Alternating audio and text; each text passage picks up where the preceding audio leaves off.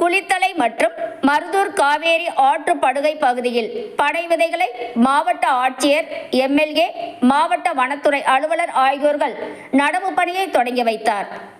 தமிழ்நாடு முழுவதும் பனை விதைகள் சேகரிக்கப்பட்டு 5 கட்டங்களாக பனை விதைகள் நடும் பணி ஒகேனக்கல் முதல் பூம்புகார் வரை உள்ள 8 மாவட்டங்களில் காவேரி கரையின் இரு பக்கங்களிலும் 416 கிலோமீட்டர் தொலைவிற்கு நடைபெற்று வருகிறது.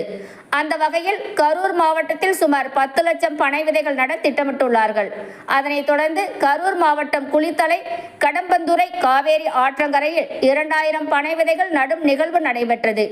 இதில் கரூர் மாவட்ட ஆட்சித்தலைவர் தங்கவேல் மற்றும் குளித்தலை எம்எல்ஏ மாணிக்கம் கலந்து கொண்டு பனை விதைகளை நட்டு தொடங்கி வைத்தனர்.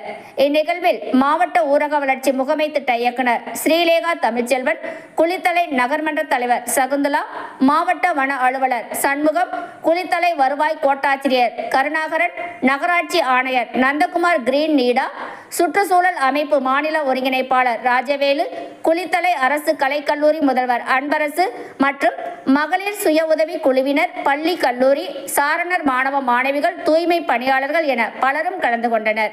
மேலும் இந்நிகழ்ச்சியில் மருதூர் பேரூராட்சி மன்ற கவுன்சிலர் சத்யா, அலுவலர்கள், பணியாளர்கள், தூய்மை பணியாளர்கள், மகளிர் சுய உதவி குழு உறுப்பினர்கள், சமூக ஆர்வலர்கள், பொதுமக்கள் பலர் கலந்து கொண்டனர். மனித உரிமை ETV செய்திகளுக்காக குளித்தலை செய்தியாளர் வீர தியாகராஜன். இதுபோல் அனைத்து செய்திகளையும் காண மனித உறுதி ETV சேனலை தவறாமல் பார்க்கவும்.